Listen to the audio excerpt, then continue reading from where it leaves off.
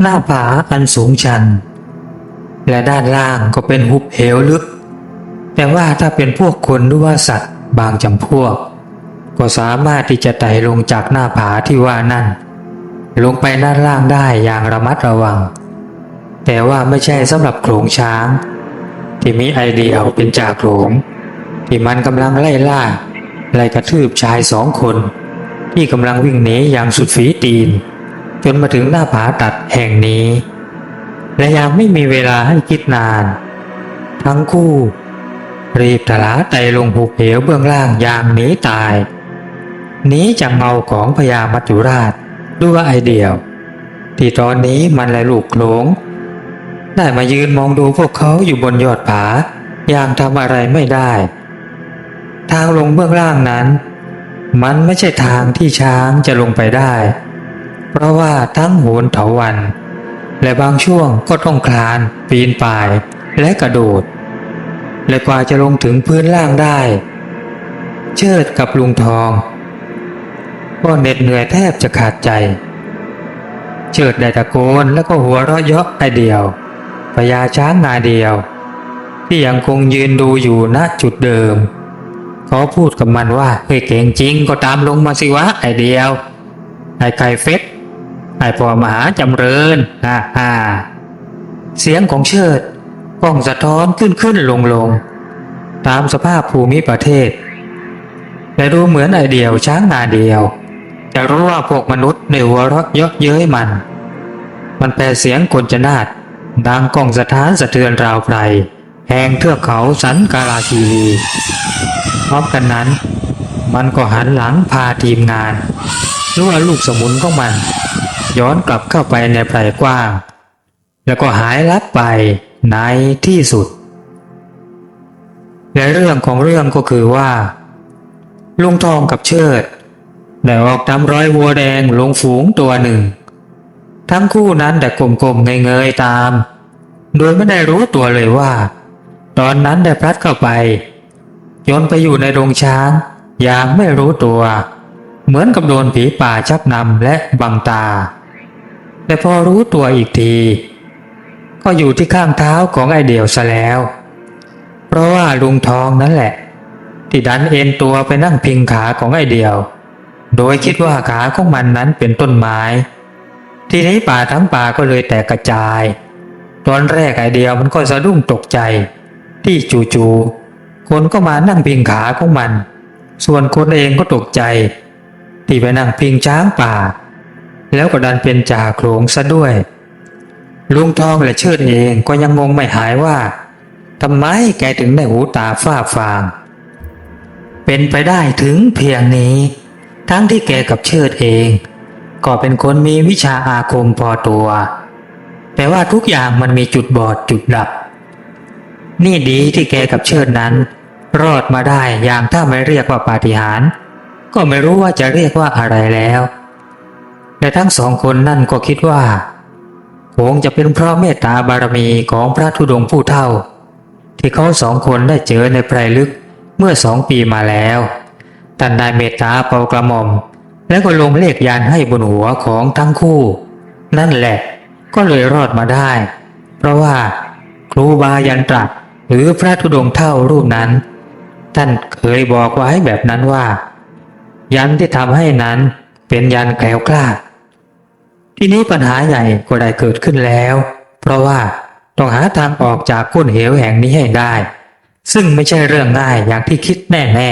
ๆในเมื่อก้นเหวมันลึกมากมายจริงๆจนถึงขนาดต้องแหงนหน้ามองขึ้นไปยังด้านบนกันเลยทีเดียวยอดไม้ที่สูงริบลิ่วก้นเหวก็ยังสูงได้แค่ครึ่งเดียวของปากเหวกว่าจะถึงด้านบนที่ลงมาเอายังไงดีพี่ทองเชิดปรึกษาหลังจากนั่งพักกันที่โคนไม้ใหญ่ก้นเหวซึ่งมีสภาพเป็นผากระนาบทั้ง2 ด้าน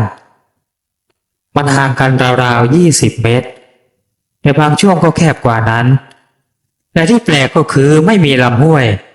แต่มีสภาพเป็นพื้นตะปุ่มตะป่ำแต่บางตอนก็ราบเรียบดีอยู่เหมือนกันและเมื่อมองตรงไปด้านหน้าของทั้งคู่นั่นร่องเหวหรือว่าร่องเขานั้นมันยาวเหยียดเป็นแนวตรง สุดลูกหูลูกตาคล้ายกับว่าผาสองด้านที่ขนาบอยู่นั้นจะมีทางยาวนับ10 กิโลเลยแน่ๆเราต้องหาทางตัดออกจากร่องเหวนี้ก่อนข้าว่ามันต้องมีทางออกอยู่ที่ใดที่หนึ่งก็ต้องลองดูว่าเชิดหรือเราเดินตามแนวยาวนี่ไปอาจจะไปออกถึงมาเลโน่นแต่เองหายเมื่อยหายเหนื่อยแล้วนะเราก็ไปกันเถอะแต่ทั้งสองคนก็เดินไปตามแนวผาอย่างไม่รีบมากเพราะต้องคอยมองหาช่วงที่พอจะปีนป่ายขึ้นไปเพื่อออกจากก้นเหวแต่ก็ยังไม่มีที่เหมาะเพราะว่ามันสูงเสียดฟ้ากันทั้งนั้นแต่ทางลัดทางด่านที่สัตว์ใช้เดินตัดเขาก็ยังหากันไม่เจอถ้าหาทางด่านสัตว์เจอโอกาสจะตัดออกจากเขานั้นก็ไม่ยากมากนักเพราะสัตว์ย่อมรู้ทางดีกว่าคนอยู่แล้วและเวลาก็เลยมาถึงยามเย็นใกล้มืดเต็มทนแล้วพี่ฉันว่าเราต้องหาที่นอนแล้วล่ะนี่เราก็เดินกันมาร่วม4-5 กิโลแล้วนะฉันว่ายังไม่เจอทางออกเลยอ่ะเชิดพูดอย่างเป็นกังวลนิดก็แปลกเหมือนกันนะเชิดไม่มีทางด่านเลยทำสักทำก็ไม่เจอจริงๆเดี๋ยวมันต้องเจอบ้างแล้วเองสังเกตอะไรไหมเชิดสัตว์สักตัวก็ไม่เห็นเลยข้าว่าเราโดนบังตาแน่ๆวะเอางี้หาที่พักให้ได้ก่อนแล้วข้าจะทำพิธีเบิกไพรว่าแล้วพรานทองก็พาเชิดเร่งรุดต่อไปจนใกล้ค่ำเต็มทนทั้งคู่จึงตัดสินใจพักแรมที่โคนไม้แห่งหนึ่งกลางดงไพรดอกสีเหลืองกลมของมันที่ร่วงพลูลงมาตามแรงลมได้กระจายอยู่ที่พื้นทั่วไปเชิดหยิบขึ้นมาดูพลางพูดดูเหมือนไอ้ต้นที่เรานั่งอยู่นี่คงจะเป็นไม้แดงแน่ๆนะพี่แต่ว่าต้นมันใหญ่โตมโหฬารเหลือเกินนี่ถ้าพวกมอดไม้มาเห็นแล้วก็ต้นนี้คงไม่รอดแน่ๆคงโดนตัดแน่ฉันว่าไม่ต่ำกว่า4-5 คนโอบนะว่ะใช่ใหญ่โตจริงๆอย่างที่เองว่าแต่อย่างนั้นเราพักกันที่โคนไม้แดงนี่แหละเองน่ะช่วยไปหาฟืนทีข้าจะเตรียมหุงข้าวหุงปลาแล้วก็จะได้ทำพิธีเบิกไพรนะลุงทองว่าอย่างเร่งร้อนและอาหารเย็นก็เริ่มขึ้นอย่างง่ายๆด้วยน้ำพริกเช่นเดิมที่ไม่ว่าพรานคนไหนๆก็มักจะมีติดย่ามติดเป้อยู่เสมอลุงทองนั้นแกชอบกินน้ำพริกแห้งก็คือเอากะปิอย่างดีเอาไปย่างไฟให้สุกเกรียมข้างนอกแล้วก็นุ่มในแล้วก็ตำผสมกับพริกขี้หนูสดๆทั้งแดงทั้งเขียวแล้วก็ใส่น้ำตาลนิดกระเทียม2-3 กลีบและถ้ามีผงชูรสก็ใส่ไปหน่อยไม่มีก็ไม่ต้องแค่นี้ก็เสร็จแล้วนั่นคือน้ำพริกแห้งของแกและเก็บไว้ได้หลายวันเลยทีเดียวถ้าอยากกินเปรี้ยวเผ็ดก็บีบมะนาวหรือว่าถ้าอยู่ในป่าก็ใส่ระกำป่าเข้าไปสักลูกแค่นี้ก็เรียบร้อยกินอยู่อย่างง่ายๆน้ำพริกพวกนี้สำคัญที่ต้องมีผักแกล้มเยอะๆมันถึงจะอร่อยถึงใจถ้าหาผักไม่ได้ก็หาหยวกกล้วยป่านั่นแหละเอาแกนในสุดของหยวกมันก็จะอ่อนยวบยากอ่อนกรอบสุดๆชวนกินที่สุดเลยทีเดียวส่วนพวกอาหารประเภทน้ำนั่นแกก็ทำต้มยำปลากระป๋องแค่นี้ก็พอได้กินกันแล้วสำหรับคน2-3 คนถ้าไม่จุกจิกเรื่องกินก็เป็นอันว่าข้าวป่าได้ไม่มีปัญหาและก่อนลงมือกินลุงทองได้แบ่งอาหารส่วนหนึ่งใส่ใบไม้ใหญ่นำไปวางใต้โคนไม้เป็นการเส้นสังเวยเจ้าที่เจ้าทางตามธรรมเนียมและเสร็จจากมื้ออาหารจัดการมวลยาสูบเรียบร้อยลุงทองก็บ้วนปากจนสะอาดแล้วก็ทำพิธีเบิกไพรทันทีป่าทั้งป่าก้นหุบเหวเงียบกริบเหมือนนัดกันไว้ในตอนที่ลุงทองเริ่มลงมือสวดคาถาอันศักดิ์สิทธิ์เหมือนกับอานุภาพของคาถาและพลังจิตอันเข้มขลังของแกได้คมไว้จนสภาพ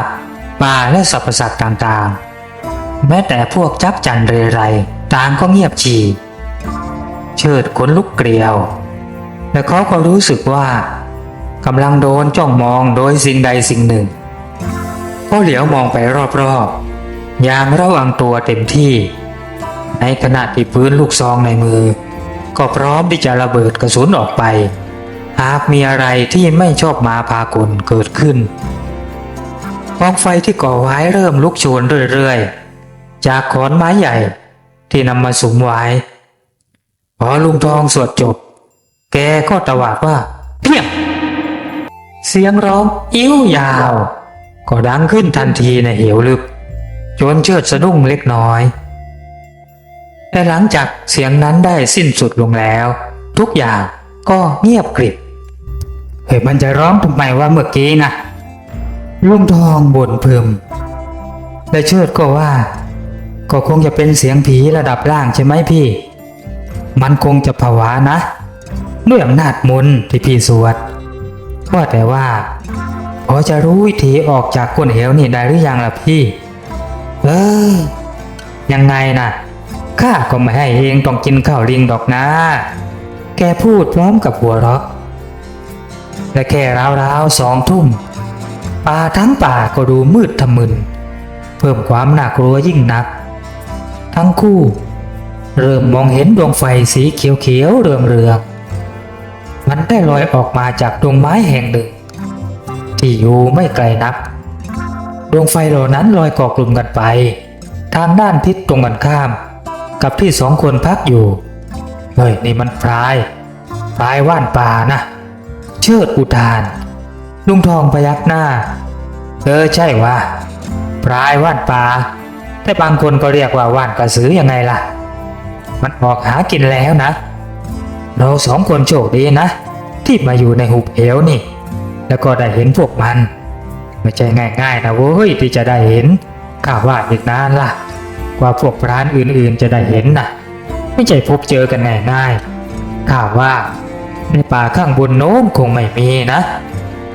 พี่ว่ามันจะมาทางนี้ไหมเชิดถามข้าก็ไม่รู้เชิด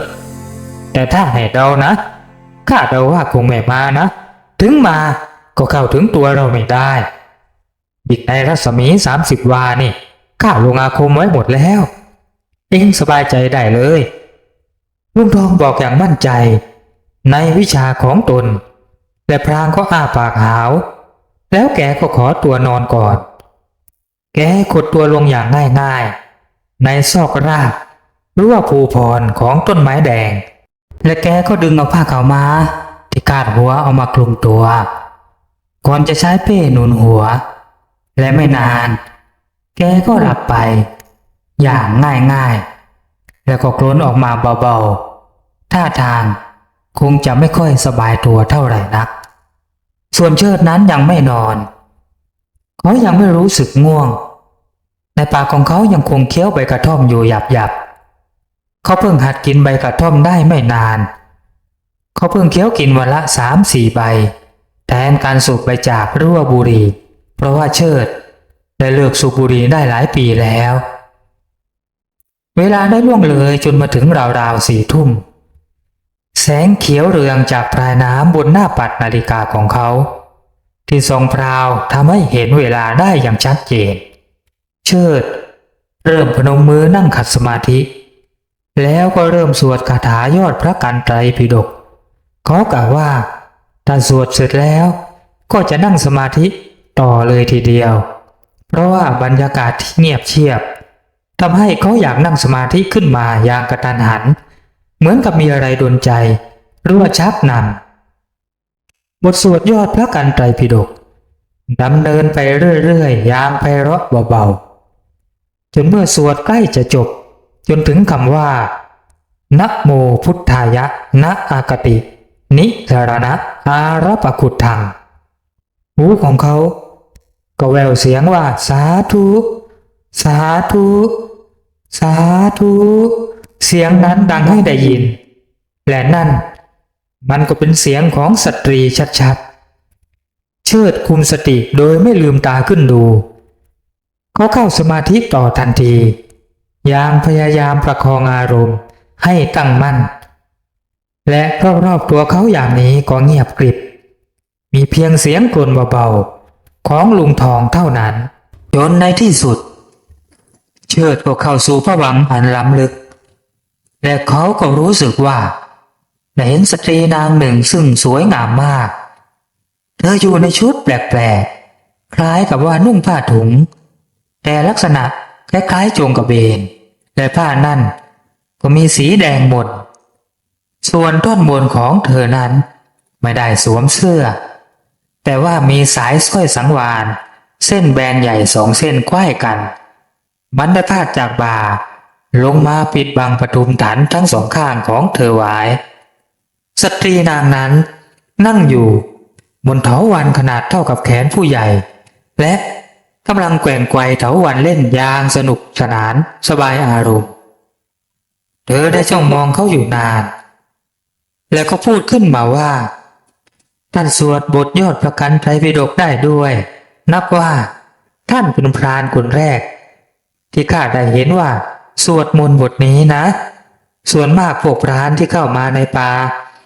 มักจะสวดมนต์ขับไล่พวกข้าสวดข่มขวัญพวกข้าไม่เหมือนกับท่านที่สวดสรรเสริญพระพุทธคุณสตรีนางนั้นกล่าวแล้วก็ยิ้มแย้มให้เขายังมีไมตรีและเป็นมิตรเชิดรู้สึกขนในกายของเขาทั้งหมดลุกชูชันก็รู้ได้โดยทันทีว่าสตรีนางนี้ที่กำลังสนทนากับเขาอยู่นั้นไม่ใช่คนและก็ไม่ใช่พูดไพร่ธรรมดาแน่ๆและเหมือนจะอยากรู้ในความคิดของเขาเธอได้กล่าวตอบทันทีว่าใช่แล้วเราไม่ใช่พูดไพร่เราคือสิ่งที่ท่านเรียกขานกันว่านางไม้ยังไงล่ะนางไม้เชิดทวนใช่จริงๆแล้วเราก็คืออมนุษย์กึ่งสัมภเวสีกึ่งเทวดาท่านก็มีวิชาความรู้ท่านก็ลองไปค้นคว้าศึกษาเอาเองนะเอาล่ะพักผ่อนได้แล้วล่ะท่านเราจะไปแล้วนะไปท่านจะไปไหนเลยครับเชิดถามในสมาธิก็ไปยังที่อยู่ของเราบนเรือนยอดของต้นที่ท่านกำลังนั่งอยู่นี่ยังไงล่ะเราน่ะอยู่บนนั้น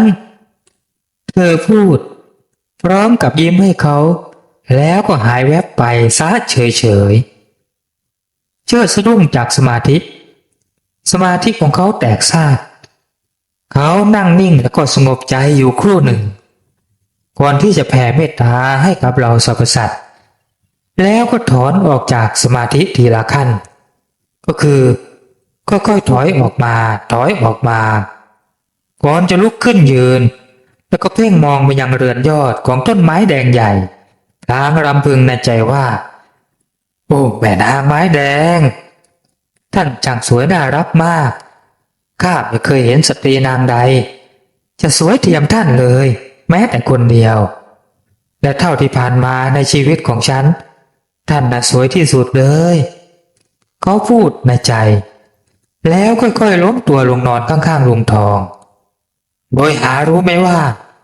ลุงทองนั้นได้รู้เห็นเหตุการณ์ทั้งหมดสิ้นแล้วจากกุมารทองที่ได้ปลุกแกให้ได้รับรู้เรื่องราวทั้งหมดและตื่นขึ้นมาเสียงกำรามโห่พึ่มจากที่ไกลๆตอนรุ่งสางก็ได้ปลุกให้ชาย2 คน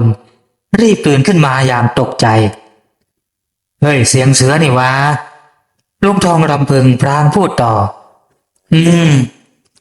แต่ว่ามันดังจากสันเขาเนี่ยได้การละเชิดได้การอะไรพี่ก็ทางออกยังไงล่ะคอยฟังเสียงมันไว้นะว่ามันดังทางไหน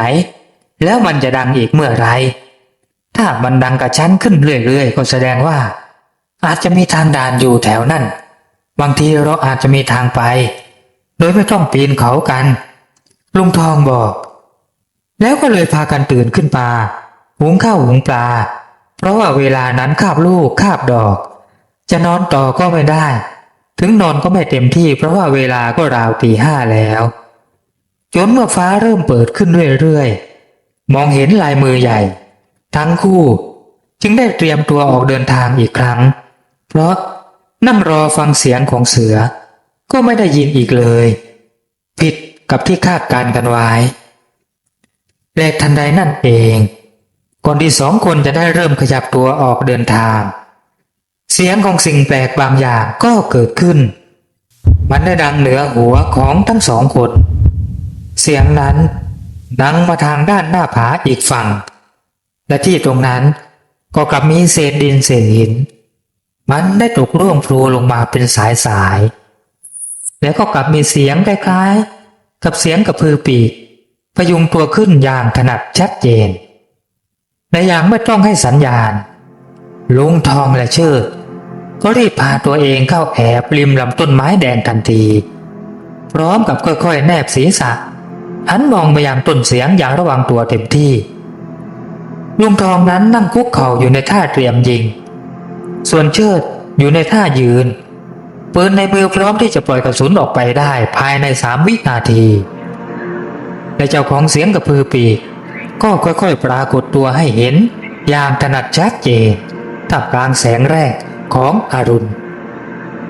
และมันก็คือสิ่งประหลาดที่สุดในชีวิตของทั้งสองคนโอ้พระพุทธคุณช่วยด้วยเถิดพระเจ้าร่างนั้นมันก็คือลิงดีๆนี่เองแต่ว่ามันก็เป็นลิงยักษ์ตัวขนาดเท่ากับแม่หมูตัวโตๆราวๆ100 กิโลและที่แทบจะทำให้สองคนนั้นช็อก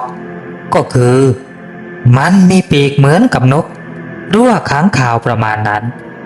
ใช่แล้วลิงบินได้หรือจะเรียกว่าลิงเหาะได้ก็ไม่ผิดกติกาอันใดอะไรวะนี่เชิดนี่เองเห็นเหมือนที่ข้าเห็นหรือเปล่าวะลิงมีปีกแล้วก็มีหางยาวแล้วก็ตัวโตๆเห็นสิพี่เห็นโอ้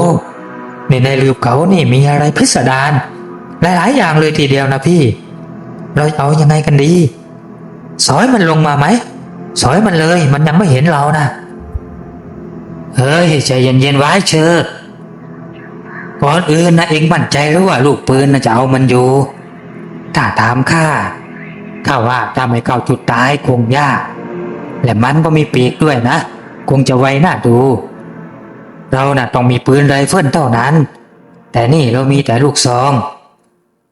ฉันว่าลูกซองก็เอาอยู่นะพี่ทองถ้าโดนลูกโดดเข้าจังๆน่ะเชิดบอกพางลูกพันท้ายปืนอย่างปลุกปลอบปืนเหมือนกับว่ามันมีชีวิตและรับรู้และก่อนที่ลุงทองจะได้พูดอะไรต่อไปเจ้าลิงบินได้นั่นเหมือนมันจะได้กลิ่นรั่วได้ยินเสียงพูดคุยมันร้องลั่นพร้อมกับโผบินมายังตำแหน่งที่คนทั้งสองแอบอยู่เหมือนกับว่ามันมีเรดาร์ระวังมันรู้ตัวแล้วเชื่อลุงทองกระซิบบอกเสียงหนักๆก่อนจะเบนปากกระบอกปืนลูกซองคู่ชีพของแกซึ่งเป็นเวลาเดียวกันกับเชิดก็จ้องปากกระบอกปืนไปยังเจ้าลิงยักษ์นั่นเช่นกันเสียงลิงประหลาดร้องพร้อมกับตัวมันก็โผล่มาถึงในระยะราวๆ20 หลาเอามันลุงทองตะโกนและเสียงตูมก็ดังขึ้นเกือบจะพร้อมกันกระสุนลูกโดด2 นัดจาก2 กระบอกได้พุ่งเข้าสู่เป้าหมายอย่างมืออาชีพมันพุ่งเข้าตรงบริเวณซอกคอหน้าทั้ง2 นัดเสียงร้องอะหนักดังออกมาจากเจ้าลิงนั่นก่อนจะเสียหลักร่นถลาชนตูมเข้ากับยอดไม้ใกล้กับต้นไม้แดงที่ทั้งสองยึดเป็นทำเลเสียงไม้ไร่หักโผงผางในขณะที่ตัวของมันก็ร่วงหล่นลงสู่พื้นดินดังปรักมันประงกหัวขึ้นดูศัตรูของมันด้วยแววตาที่อาฆาตมาดร้ายและให้ตายเถอะนั่นมันแววตาของคนไม่มีผิดและแล้วมันก็หลับตานิ่งและก็สงบนิ่งไปเรียบร้อยเชิดบอกพร้อมกับขยับก้าวเข้าไปดูเจ้าลิงประหลาดอย่างระมัดระวังลุงทองเดินตามหลังปืนในมือของแกยังคงจ้องไปที่มันอย่างไม่ประมาทร่างของเจ้าลิงยักษ์ ที่บินได้ตัวเท่ากับแม่หมูแน่นอนสงบนิ่งไม่ไหวติงแต่ที่แปลกก็คือไม่มีเลือดหรือว่าบาดแผลที่จะไหลออกมาจากร่างของมันแม้แต่น้อยทั้งสองชักเอะใจเชิดชักเท้าออกจากข้างกายของมัน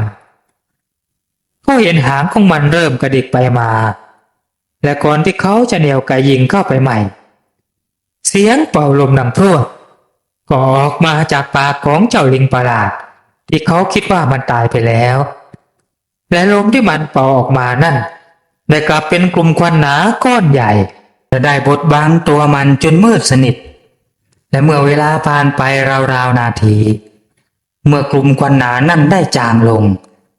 ร่างของลิงบินได้ก็กลับได้หายไปจากที่ตรงนั้นซะแล้วอย่างน่าตกใจเฮ้ยเชิดอุทานลุงทองก็เบิ่งตากว้างนี่เราโดนผีหลอกตอนเช้าแล้ววะอะไรกันนี่มันอำพรางตัวได้หรือนี่ลุงทองว่าในใจของแกก็คิดไปถึงพวกนินจาที่ชอบพรางตัวและฉับพลันก็กลับได้ยินเสียงกู่ดังแว่วมาจากยอดไม้ไกลๆที่สันเขาอีกฟากแต่เสียงนั่นยังเหมือนเสียงของเจ้าลิงบินตัวแรกยิ่งนักแต่ว่าเป็นเสียงแหลมเล็กกว่าจนจำแนกแยกออกได้มันมีสองตัวลุงทองอุทานเผลอๆอาจจะมีเป็นฝูงว่ะเดี๋ยวต้องรีบหาทางออกจากตรงนี้ให้ไวที่สุดแล้วล่ะเชิดถ้างั้นก็เริ่มเลยพี่แล้วการเดินทางก็ได้เริ่มต้นขึ้นอีกครั้งเชิดได้สงบใจและลึกถึงนางไม้ที่เขาเห็นในนิมิตสมาธิเมื่อคืนเขาเอามือเอื้อมไปโอบลำต้นไม้แดงตบเบาๆไปที่ลำต้นก่อนจะพูดในใจว่าผมขอลาไปก่อนนะถ้ามีบุญพาดวาสนาต่อกันก็ขอให้ได้เจอได้ช่วยเหลือซึ่งกันและกันต่อไปเขาพูดแล้วก็ก้าวเดินออกจากที่ตรงนั้นตามลุงทองที่ยืนสูบใบจากรอเขาอยู่ที่เบื้องหน้าเองลำลานางไม้หรือลุงทองถามตรงๆอย่างไม่อ้อมค้อมเชิดสะดุ้งโหยงหาในพี่รู้หรือรู้สิเมื่อคืนนะข้าก็เห็นเธอในนิมิตสมาธิเหมือนกันตอนที่เธอคุยกับเองน่ะข้าก็ได้ยินหมดอย่าลืมนะโว้ยข้าก็ศิษย์มีครูแล้วก็จริงอย่างที่เธอพูดนะเมื่อคืนน่ะพวกพรานน่ะชอบสวดคาถาขับไล่เจ้าของบ้านแทนที่จะนอบน้อมข้าว่าดูท่าทางเธอมีไมตรีกับเองไม่ใช่น้อยนะยังไงก็ระวังไว้นะเว้ยใจอ่อนขึ้นมาแล้วก็จะยุ่งเข่งไปใหญ่ใจอ่อนเรื่องอะไรพี่ทองอ้าวก็อย่าพูดดีกว่าวะไปเถอะไปลุงทองตัดบทพลางเหลือบไปมองข้างหลังอย่างต้นไม้แดงโบราณต้นนั้นแต่ท่าตาแกไม่ฝาดแกได้มองเห็นหญิงสาวนางหนึ่งได้ยืนจ้องมองทั้งสองอยู่อย่างอาลัยและเป็นกังวลลุงทองถอนหายใจพลางเหลือบมองรอบๆหาวิธีที่จะปีนป่ายขึ้นด้านบนและเมื่อเดินกันมาได้เหงื่อยังไม่ทันซึมหูของทั้งคู่ก็ได้ยินเสียงน้ำไหลดังแว่วให้ได้ยินมาจากที่ไม่ไกลทั้งสองมองหน้ากันและอย่างไม่ได้นัดต่างก็รีบตามอ้าวตรงไปยังต้นเสียงทันทีอย่างมีความหวังและณที่ตรงนั้นลำห้วยสายหนึ่งก็ได้ปรากฏให้เห็นมันได้ไหลลอดออกมาจากโพรงเล็กๆใต้ภูเขาฝั่งซ้ายมือแล้วก็พุ่งตรงไปเบื้องหน้าห้วยนั้นกว้างราวๆ2-3 เมตรแต่ว่าดูความไหลเชี่ยวกรากของสายน้ำแล้วก็รู้ได้โดยทันทีว่าณที่ที่ยืนกันอยู่ต้องเป็นทางลาดลงแน่ๆและหลังจากดื่มน้ำแล้วก็ล้างเนื้อล้างตัวกันแล้วลุงทองก็ปรึกษากับเชิดว่าไม่ต้องวิตกแล้วเราน่ะเดินไปตามลำห้วยนี่แหละไม่เกินวันนี้นะต้องมีทางออกแน่ๆเชิดข้ารับรองผมก็คิดว่าอย่างนั้นแหละพี่ทองนี่นะนับว่าเรายังมีโชคอยู่แม้คิดแล้วจะเจ็บใจตัวเองจริง ไม่รู้เดินยังไงดันหลงเข้าไปอยู่กลางโขลงของไอเดียวดีนะที่ไม่โดนมันเหยียบตายเชิดพูดเฮ้ยเรื่องนี้นะต้องโทษข้าว่าข้าเองก็ไม่เข้าใจนะว่าทำไมข้าเดินป่ามาคนชีวิตแต่ว่าครั้งนี้น่ะกลับพาเองเดินไปอยู่กลางโขลงยังดีที่พวกมันน่ะพักยืนหลับกันอยู่หลังจากกินอิ่มถ้าไม่อย่างนั้นน่ะเรารอดยากนี่อาศัยว่ามันยังสลึมสลือแล้วทั้งคู่ก็หัวเราะออกมาเขาหัวเราะพร้อมกันอย่างขบขันหลังจากเฉียดตายจากเมื่อวานยังเส้นยาแดงผ่าแปดก็คือฉิวเฉียดนั่นเองหัวเราะกันยังไม่ทันได้หุบปากเสียงกระพือปีกดังพับๆก็แววมาให้ได้ยินแต่ไกลทั้งสองรู้ทันทีว่าต้องเป็นลิงบินแน่ๆแต่จะเป็นตัวเดิมหรือตัวไหนยังไม่รู้ทั้งคู่หลบแวบเข้าใต้พุ่มไม้หนาที่อยู่ข้างโคนต้นประดู่ทันทีและไม่นานนักลิงบินสองตัวก็บินวนเวียนอยู่เหนือหัวของทั้งสองคล้ายๆกับว่าพวกมันกำลังบินหาสิ่งใดสิ่งหนึ่งอยู่และถ้าเราไม่ผิด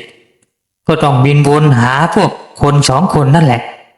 อะไรของมันวะไอ้ลิงบินพวกนี้น่ะตามเล่นเราไม่เลิกยิงก็ไม่ตายลุงทองบ่นอย่างหัวเสียก็ถ้ามันตามจองเวรเราแบบนี้นะเราก็เอาอย่างนี้นะพี่ทองถ้าเรายิงมันแล้วมันร่วงลงมานะรอบนี้นะเราเผาเลยใช่ว่าข้าก็ลืมไปเผาแม่งเลยวะบาปก็บาปวะไม่เผามันก็จะล่องหนอีกถ้างั้นเดี๋ยวพอมันบินผ่านไปเราก็ต้องทำคบไฟไว้แล้วล่ะสัก6-7 ดุนก็น่าจะพอนะลุงทองพูดอย่างหมายมั่นปั้นมือแต่ใจจริงแล้วแกก็ไม่อยากจะใช้วิธีนี้แต่เมื่อนึกถึงคำที่ว่าเห็นดูเขาเห็นเราขาดแกก็เลยต้องสะกดความเมตตาออกไปก่อนทั้งสองเดินไปตามลำห้วยเรื่อยๆมันได้เริ่มขึ้นเหมือนลิงบิน2 ตัวได้บินวกกลับไปทางเดิมของมันเมื่อมันวนหาแล้วก็ไม่เจอพวกเขาลำห้วยได้พาทั้งคู่ลงที่ลาดต่ำไปเรื่อยๆแล้วก็วกอ้อมเข้าใต้รูภูเขาอีกครั้งจนสองคนต้องลังเลเฮ้ยอะไรกันนี่มันวกเข้าใต้ผาอีกแล้วก็ไม่รู้ว่าระยะทางใต้ผานี่จะยาวไหมเอายังไงดีวะเชิดลุงทองปรึกษากับเชิดเราลองดูสักตั้งก็ดีนะพี่นะดูสักระยะหนึ่งถ้าผิดท่าเราก็ถอยกลับจากบังเอิญเราน่ะได้ทำคบไฟไว้พอดีถ้ามันมืดเราก็จุดคบแต่ว่าไม่รู้ว่าน้ำในห้วยนี่มันลึกขนาดไหนนะใต้หน้าผาน่ะเชิดพูดกล่าวว่าก็คงไม่ลึกดอกคงแค่น่องแค่เขาอย่างเก่งก็คงไม่เกินระดับเอวนะเอาวะไปก็ไปไหนๆก็มาทางนี้แล้วนี่ลุงทองรำพึงแต่ก็กัดฟันสู้ตะวันก็เริ่มที่จะคล้อยต่ำลงทุกขณะและกะดูเวลาก็น่าจะเลยเที่ยงโขอยู่คงปาเข้าไป13:00-14:00แล้วแต่ทั้งสองก็ยังไม่ได้กินมื้อเที่ยงเพราะไม่มีอะไรจะกินคงมีเพียงน้ำในกระติกข้างเอวที่ยังพอมีเหลือและถ้าหมดก็น้ำในลำห้วยนั่นแหละกินกันจนพุงกลางก็ไม่หมดทั้งสองหยุดอยู่หน้าปากทางใต้ภูผาอย่างช่างใจแล้วก็พากันเดินตามกันไปสภาพภายในนั่นมันมืดลงทันทีเพราะแสงอาทิตย์สาดส่องไปไม่ถึงเชิดเริ่มจุดคบไฟขึ้นเพื่อที่จะขับไล่ความมืดและระดับน้ำก็แค่เข่าแต่ว่ากระแสน้ำนั้นเชี่ยวกรากและเมื่อเดินกันได้เพียงแค่4-5 นาทีแค่นั้นก็รู้สึกถึงความสว่างที่เริ่มสาดส่องเข้ามาและก็สว่างขึ้นเรื่อยๆในที่สุดอ้าวนี่เราทะลุออกแล้วนี่โอ้โหนึกว่าจะเดินกันไต่ภูเขาเป็นกิโลลุงทองพูดกับตัวเองในขณะที่เชิดจัดการดับคบเพลิงที่ใช้ไปแค่ครึ่งท่อนในเมื่อทะลุออกมาด้านนอกนั้นสภาพที่เป็นผากระนาบก็หมดไป กับเป็นผืนป่าที่เขียวขจีแต่ก็กว้างไกลสุดลูกหูลูกตาขึ้นมาแทนเราหลุดจากคนเหวแล้วโอ้หลุดมาออกอย่างไม่รู้ตัวว่าแต่ว่าตรงนี้น่ะมันที่ไหนกันนี่พี่ทองเชิดถามเดี๋ยวข้าคิดก่อนลุงทองว่า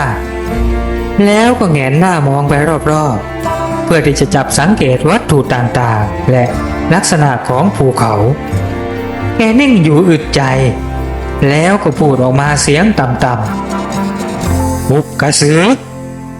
เราทะลุออกมาหุบกระสือแน่ๆเชิดแต่ว่ามันเป็นหุบด้านชายป่าทิศใต้นะหุบนี่นะข้าเคยเข้ามาแล้วเมื่อ2 ปีก่อนแต่ว่าข้าตระเวนอยู่ทางด้านเหนือเพราะว่ามันกว้างขวางนับหมื่นไร่แต่ว่าเป็นหุบกระสือแน่ๆทีนี้ล่ะเราต้องระวังกันให้มากนะเว้ยเพื่อนยากลุงทองพูดอย่างจริงจังพรางขยับข้อมือดูเวลาตายแล้ววะแป๊บเดียวบ่าย3 โมงแล้วเราออกจากหุบนี่ไม่ทันแน่ๆเอ็งไหวไหมเชิดลุงทองถามอย่างเป็นห่วงและกังวลสบายพี่เชิดบอกอย่างมั่นใจและก็ไม่ตื่นกลัวเขาเองก็มีวิชาอาคมและก็มีประสบการณ์น้องๆลุงทองเลยทีเดียวยิ่งถ้า2 คนนี่อยู่ด้วยกันแบบนี้แล้วเรื่องที่จะพลาดท่าเสียทีให้กับสัตว์ร้ายหรือว่าพูดไพร่น่าจะเป็นเรื่องที่ไม่ง่ายยกเว้นแต่ว่าดวงแตกแค่นั้นเองกล่าวว่าเราพักกันแถวนี้ก่อนเถอะเรื่องทางออกนะทีนี้เรารู้ทางแล้วล่ะลงตกมาถึงหุบกระสือนี่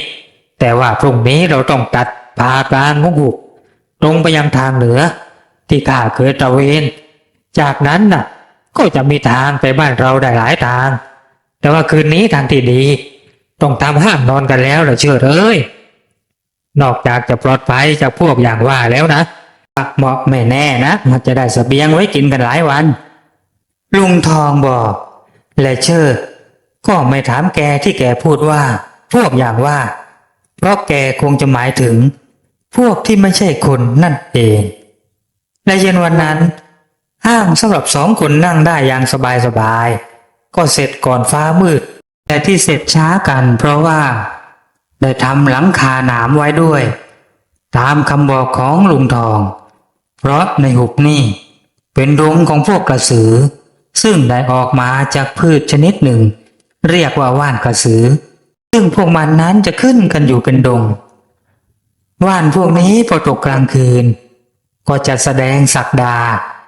ออกมาเป็นดวงไฟเที่ยวล่องลอยเที่ยวจับสัตว์น้อยสัตว์ใหญ่เป็นอาหารของพวกมัน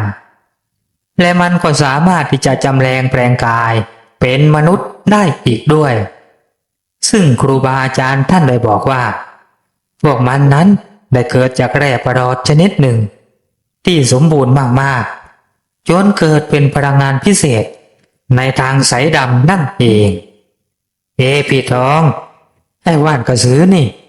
หน้าตามันเป็นยังไงหรือพี่มันก็คล้ายๆต้นบอนนั่นแหละเชิดใบของมันน่ะจะออกเป็นมันๆนะเคยมีชาวบ้านแถวบ้านเก่าของข้านะสมัยข้าอยู่แถบชายแดนเขมรพวกนั้นน่ะข้าวปลาไปเจอเอาว่านพวกนี้ก็นึกว่าเป็นต้นบอนแปลกๆก็เอามาปลูกที่บ้านเพื่อความสวยงามนะแล้วพอตกกลางคืนนี่ก็ได้เรื่องเลยล่ะตอนแรกน่ะก็สัตว์เลี้ยงก่อนต่อมาก็เป็นคนกว่าจะรู้ว่าอะไรเป็นอะไรนะมันก็รอดแทบจะหมดเรือนเพื่อนบ้านข้างเคียงก็โดนนี่เจิดข้าเตือนเองไว้นะแล้วก็ไปบอกพรรคพวกที่ไม่รู้ตัวว่าไอ้พวกต้นบอนแปลกๆถ้าเองไม่รู้จักแล้วก็อย่าเอามาเลี้ยงซีซัวเจียวนะปะเหมาะเป็นว่านผีว่านกระสือแล้วลูกหลานเองมันจะแย่แล้วนะจริงๆแล้วพวกเล่นของน่ะเขาก็เลี้ยงไว้ใช้งานนะโว้ยแต่ว่ามันต้องมีอาคมกำกับอาจารย์ของข้าแกบอกว่าไอ้ว่านกระสือนี่นะเวลามันออกหากินน่ะหน้าตาของมันน่ะก็จะเหมือนหน้าตาของคนเลี้ยงนั่นแหละแต่ว่าที่มันอยู่ตามป่าตามเขา เหมือนที่หุบกระสือนี่นะ มันก็ออกหากินของมันเองตามธรรมชาติ และแน่นอนว่ามันจะต้องโหดกว่าที่เขาเลี้ยง อ้าวทำไมเป็นอย่างนั้นล่ะพี่ตอง อ้าวที่มันโหดก็เพราะว่ามันอดอยากนะสิโว้ยก็เหมือนหมาจรกับหมาเลี้ยงยังไงล่ะ คืนนี้น่ะ เราต้องระวังไว้อย่าประมาทข้าก็เลยสาดน้ำไว้รอบๆยังไงล่ะ เอาละเองกินว่านของข้าแทนมื้อกลับไปก่อนนะคงจะหุงหาอาหารไม่ทันแล้วล่ะลุงทองบอกแล้วแกก็ยื่นแท่งว่านอิ่มทิพย์ให้กับเชิดเคยกินของแก2-3 ครั้งแล้วในยามที่ยุ่งยากที่หาอาหารไม่ทันก็ได้ว่านอิ่มทิพย์ของแกนี่แหละกินพอได้ประทังความหิวได้หลายชั่วโมงซ้ำมันยังชุ่มคอเป็นอย่างมากแต่หลังจากลุงทองแกได้ทำพิธีสร้างกำแพงมนรอบๆโคนไม้ซึ่งเป็นต้นไม้ที่ทำห้างแล้วนั่นแกก็ปีนป่ายขึ้นมานั่งพร้อมกับชวนเชิดไหว้พระสวดมนต์กันบนห้างเสียงสวดมนต์ไหว้พระได้ดังเบาๆแต่หนักแน่นฟังดูน่าขนลุกและเข้มขลังแต่ดูเหมือนธรรมชาติสรรพสิ่งรอบๆจะเงียบลงชั่วขณะจนทั้งคู่สวดมนต์ทำวัดเย็นเสร็จลุงทองก็ขอตัวนอนก่อนแกบอกว่ารู้สึกเหมือนจะเป็นไข้ตัวรุมๆดีที่มียาลดไข้ติดมาด้วยเพราะได้อุ่นใจได้ส่วนเชิดนั้นนั่งคิดอะไรไปเรื่อยเปื่อยในความมืดมิดของป่าช่วงหัวค่ำและเมื่อดูนาฬิกาข้อมือก็ยังไม่ได้2 ทุ่มด้วยซ้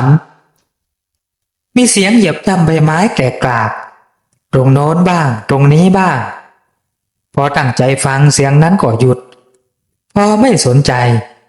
เสียงเดินก็กลับดังขึ้นอีกมันเป็นอยู่อย่างนี้จนเชิดเริ่มโมโหแต่ก็พยายามสงบอารมณ์ฉุนเฉียวไว้ใจของเขากลับระลึกถึงนางไม้นางไพรตนนั้นที่ได้มาเข้าในนิมิตสมาธิของเขาและพอคิดปุ๊บเชิดก็แลเห็นเธอยืนอยู่ในเงาไม้ใต้ต้นหลุมพอที่กำลังออกฝักระยะอยู่รอบๆต้นใช่แล้วเธอนั่นเองนางไม้จากต้นไม้แดงว่าแต่ว่าเธอมาถึงตรงนี้ได้อย่างไรกันและไม่ทันที่เขาจะเอ่ยถามนางไม้ต้นนั้นก็ได้เอ่ยตอบออกมาทางกระแสจิตทันทีว่าท่านไม่ต้องสงสัยไปดอกเราน่ะท่องไปได้ทุกหนทุกแห่งในภูเขาแห่งนี้เราน่ะไม่ได้ยึดติดอยู่แห่งใดแห่งหนึ่งในป่าเขาลำนาวไพรของเทือกเขาที่มีบริวารนับร้อยลูกนี้หรอกนะเราไปได้ทั้งหมดนั่นแหละเพราะว่าเราไม่ใช่พูดผีท่านลืมไปแล้วหรือท่านเชื่อเธอเอ่ยชื่อเขาเป็นครั้งแรกท่านทราบชื่อของผมแต่ว่าผมเองน่ะยังไม่รู้จักชื่อของท่านเลยเชิดพูดกับเธออย่างนั้นหรือท่านเรียกเราว่าแดงดาหวันก็ได้นะหรือว่าจะเรียกเช่นใดก็แล้วแต่ท่านเถิดมันแค่เป็นสิ่งที่สมมุติมาทั้งสิ้นไม่ใช่หรือท่านใช่ครับดาหวันเชิดเรียกเธอว่าดาหวันทำไมท่านไม่มาคุยใกล้ๆกันกับผมล่ะดาหวันเชิดถามเธอหรือว่าจะให้ผมลงไปหาที่โคนหลุมพอนั่นอย่าเลยท่านอยู่บนนั้นน่ะปลอดภัยดีแล้วเราน่ะเป็นห่วงก็เลยมาดูเมื่อท่านไม่เป็นอะไรเราก็จะไปแล้วนะเดี๋ยวก่อนจะรีบไปไหนล่ะดาหวันผมน่ะมีเรื่องอยู่เรื่องหนึ่งนะอยากจะบอกกับท่านมีอะไรหรือท่านเชิดดาหวันถามผมคิดถึงดาหวันครับแล้วก็ชอบด้วยเชิดร่วงออกมาทางกระแสจิตและทำเอานางไม้ตาหวันถึงกับนิ่งอึ้งอย่างคาดไม่ถึงดูเหมือนหน้าตาของเธอจะแดงก่ำเธอก้มหน้าหลบสายตาของเชิดที่จ้องมองอยู่ก่อนจะเอ่ยขึ้นมาว่าขอบใจที่คิดถึงข้านะข้าไปแล้วนะถ้าว่ามีเหตุอันใดข้าช่วยนะท่านเชิด ก็จงระลึกถึงข้าแล้วข้าก็จะรีบมาและเธอก็หายแวบไปเหมือนเดิมและพอคล้อยหลังนางไม้ดาหวันได้ราวๆชั่วโมงเรากระสือทั้งปวงก็เริ่มออกหากินและดูเหมือนพวกมันจะได้กลิ่นแปลกๆใหม่ๆและในไม่ช้าดวงไฟสีเขียวเรืองหลายดวงก็มุ่งหน้าตรงมายังสถานที่ที่คนทั้งสองได้พำนักอยู่บนห้างทันทีซึ่งในขณะนั้นเชิดทำท่าเตรียมตัวที่จะนอนอยู่พอดีสายตาของเขาพลันเหลือบไปเห็นดวงไฟปีศาจเหล่านั้นที่กำลังมุ่งตรงมาอย่างช้าๆหลายๆดวงพี่ทอง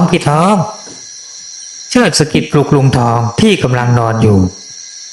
ลุงทองค่อยๆลืมตาขึ้นมาอย่างลำบากยากเย็นและดูเหมือนใครจะจับแกซะแล้ว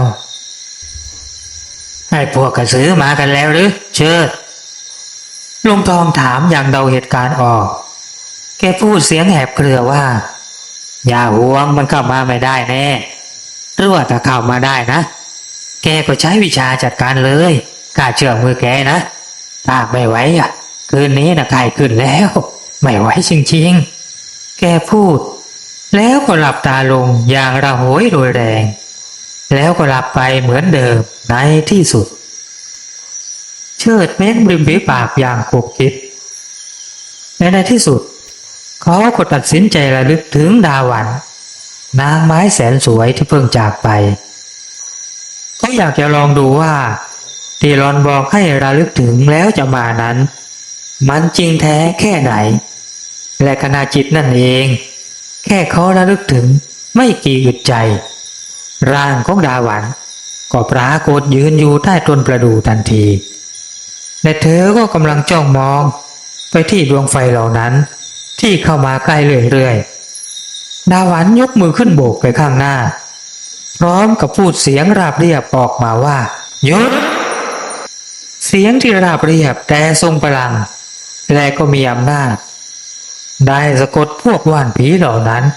ให้หยุดชะงักอย่างตื่นตกใจและพวกมันก็ได้ค่อยๆกลายร่างเป็นอมนุษย์และล้วนเป็นร่างของสตรีทั้งสิ้นขนาดของมันเท่ากับเด็ก10 ขวบผมยาวและใบหน้าก็คล้ายๆกับคนที่ไม่ได้นอนมาเป็นแรมปี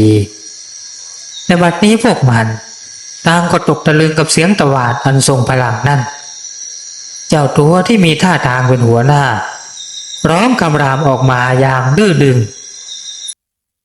และมันก็โผล่เข้าใส่ผีนางไม้ดาหวันทันทีอย่างหมูไม่กลัวน้ำร้อนโดยกะว่าจะจู่โจมแบบกระทันหันและแค่พวกมันเข้ามาในรัศมี4-5 หลาร่างของเจ้าผีกระสือก็กลับชะงักเหมือนโดนตรึงอยู่กับที่มันร้องกรี๊ดสุดเสียงและก็เงียบไปที่แท้ท่อนล่างของพวกมันกลับถูกรากไม้และก็เถาวัลย์ที่โผล่มาจากใต้ดินตรงเข้ารัดและบีบอย่างไม่ปราณีปราศัยมันนอนพับกองแน่นิ่งอยู่กับที่และค่อยๆกลายสภาพเป็นต้นว่านที่หักรุ่งริ่ง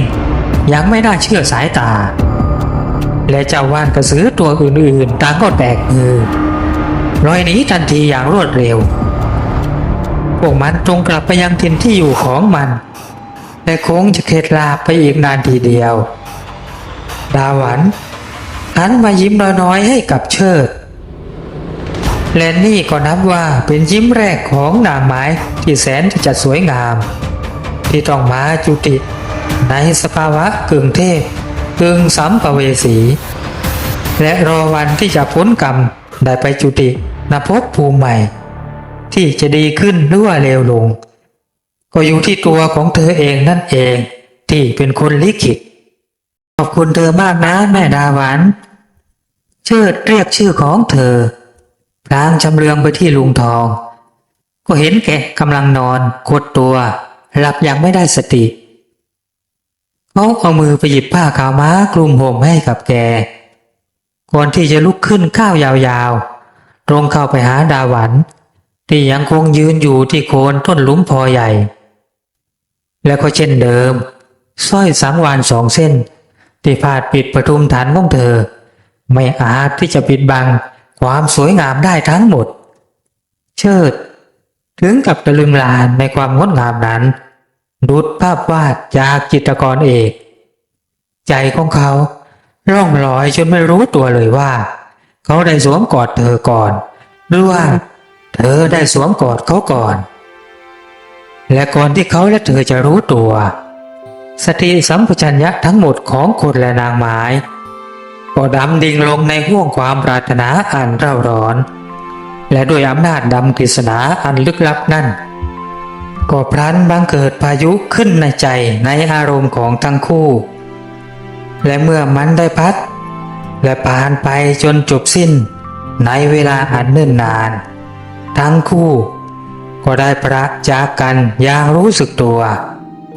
เชิดได้กุมมือของดาหวันไว้แน่นเขาพร่ำรำพันคำรักต่อเธออย่างสุดแสนจรันจวนใจในขณะที่ดาหวันก็โผเข้าแอบอิงแนบกับอกของเขาอย่างปิดบังความขวยอายหวายโดยไม่กล้าที่จะสบตาเขาพอทีนี้เราจะทำยังไงต่อไปดีล่ะดาหวันเชิด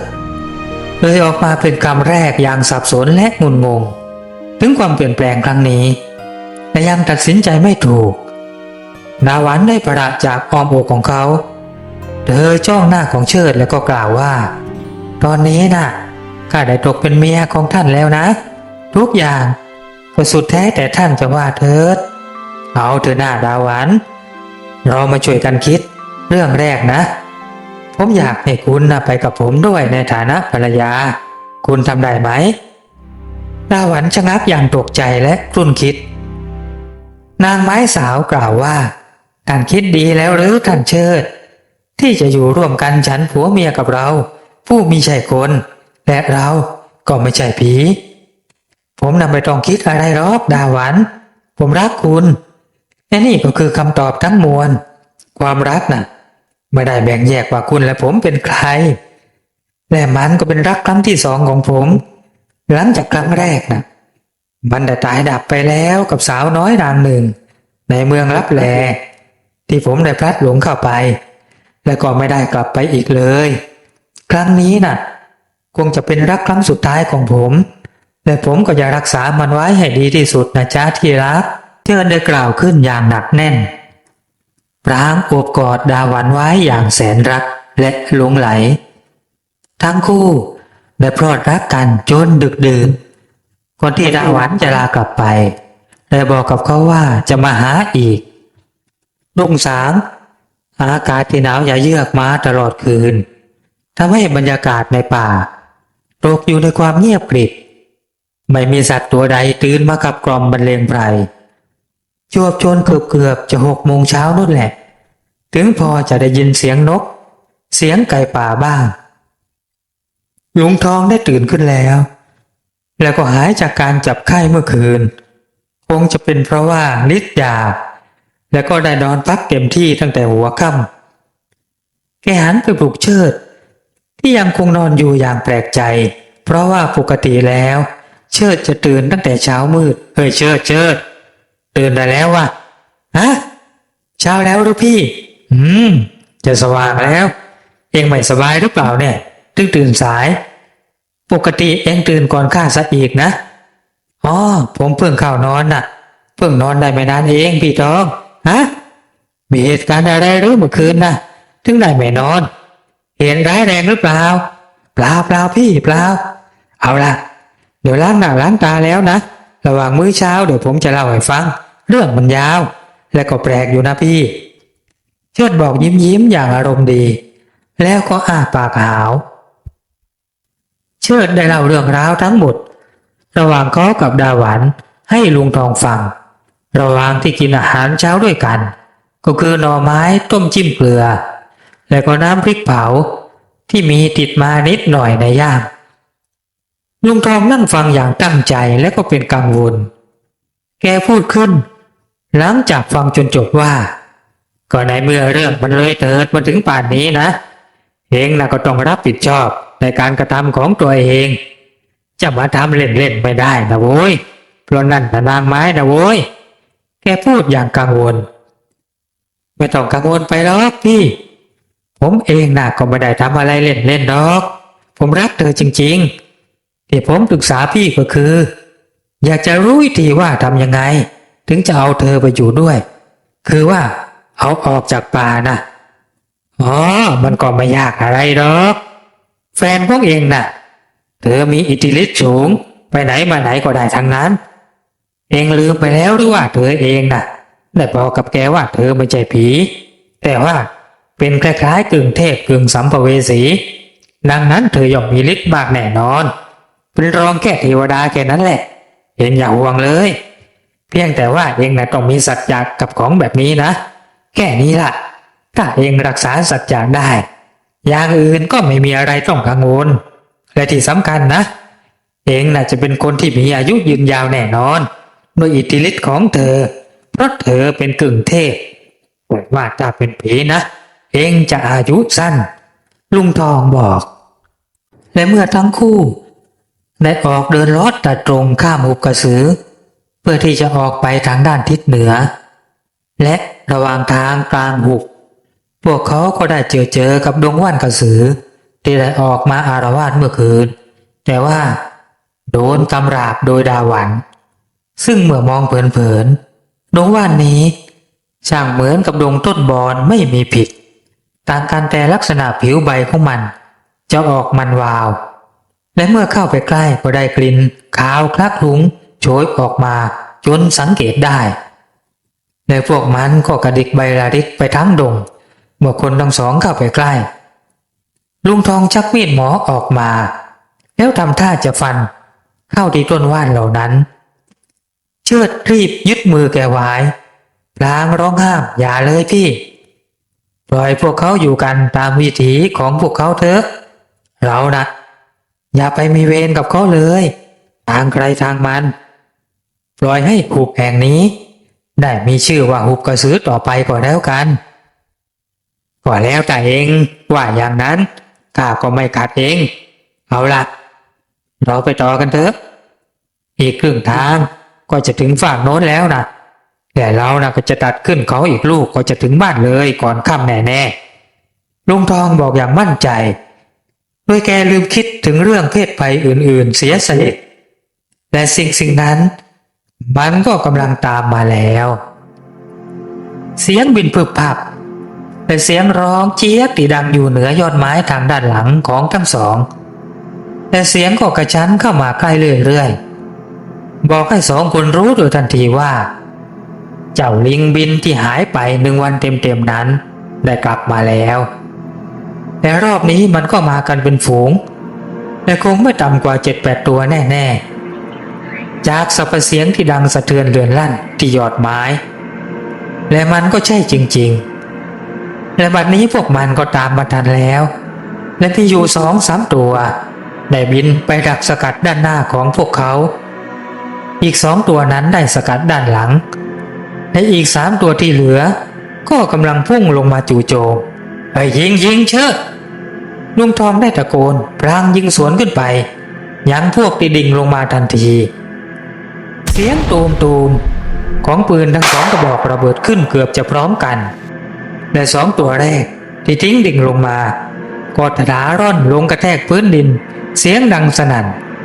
มันร้องเจี๊ยกสุดเสียงก่อนที่จะแน่นิ่งกันไปแต่พอสักครู่2 ตัวนั้นก็กลับค่อยๆฟื้นขึ้นมาอีกอย่างน่าอัศจรรย์2 คนยิงซ้ำอย่างโมโหเสียงดังตูมคราวนี้2 ตัวนั่นที่โดนแบบเผาขนถึงกับจุกจนมันไม่อยากจะลุกขึ้นมามันค่อยๆคลานขยับปีกแล้วแยกเขี้ยวร้องอย่างแค้นเคืองแต่ดูเหมือนพวกปีบินสกัดอยู่ด้านบนก็ได้พุ่งตัวลงมาแล้วพร้อมๆกันทั้ง5 ตัวยุ่งแล้วรอบนี้เราเอาไม่ทันแน่ๆเชิดเองเรียกแม่เองมาช่วยเร็วลุงทองเตือนสติและเชิดก็ไม่รีรอเขาสำรวมจิต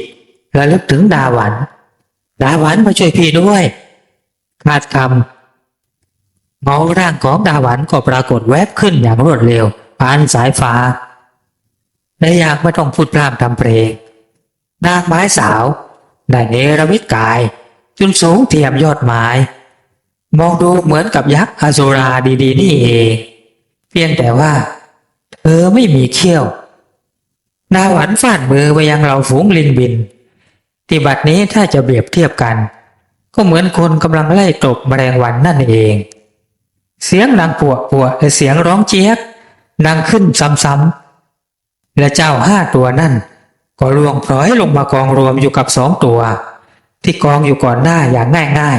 ๆพวกมันทั้งหมดร้องครวญครางอย่างเจ็บปวดและตกใจสุดขีดบางตัวนั้นปีกฉีกขาดรุ่งริ่งและคงจะบินไม่ได้อีกต่อไปและหนึ่งในนั้นก็คือตัวจ่าฝูงที่เจอกับเชิดในวันแรกนั่นเองเอาล่ะพวกแกจำไว้อย่าได้เที่ยวไล่ทำร้ายใครๆอีกและจำหน้าชาย2 คนนั่นไว้นั่นคือคนของข้าแต่รอบนี้ข้าจะปล่อยพวกเจ้าไปทั้งหมดแต่ว่าถ้ามีรอบต่อไปนะข้าก็จะไม่ให้อภัยอีกนะเอาล่ะพวกเจ้าจงจำไว้ให้ดีแล้วก็จงไปซะดาหวันกล่าวด้วยเสียงที่ราบเรียบปกติต่อพวกวานอนบินหรือว่าลิงบินที่ยังนอนร้องระงมและคงจะอีกนานกว่าพวกมันจะพอบินหนีไปได้จากที่ตรงนั้นนางไม้สาวได้หันมายังเชิดพร้อมกับค่อยๆปรับสภาพร่างให้เล็กลงแล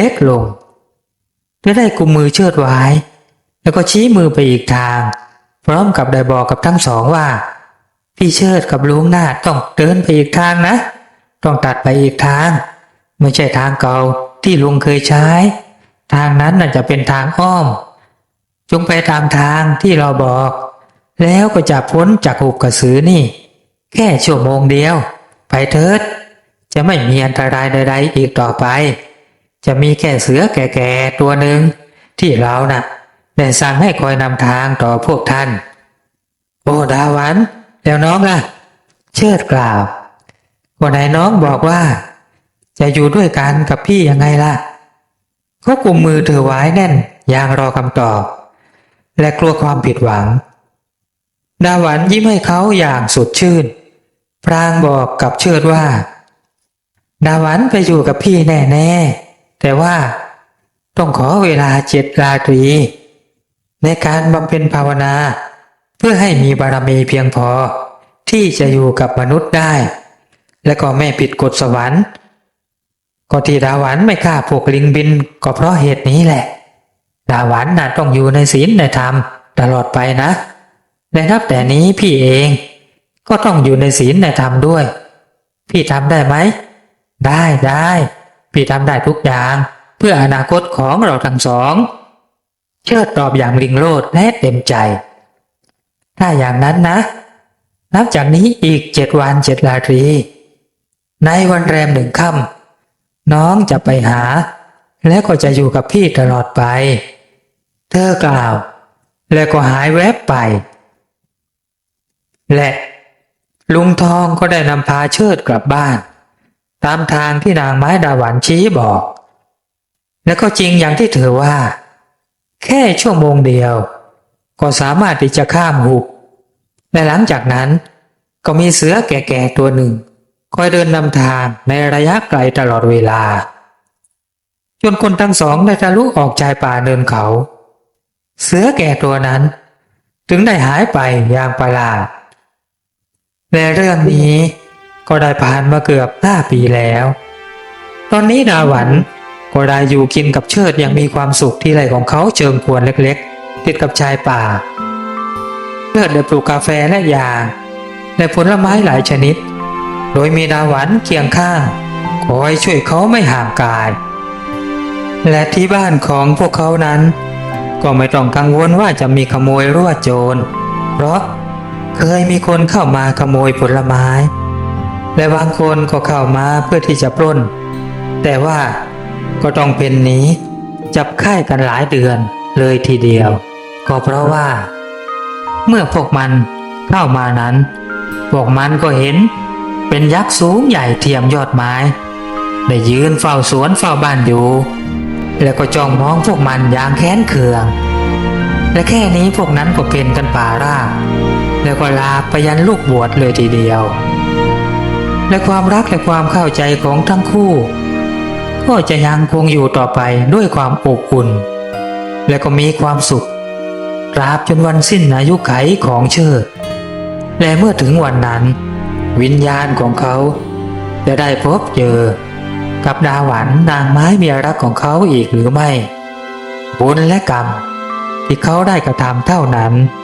ที่จะเป็นคำตอบให้กับเขาในที่สุด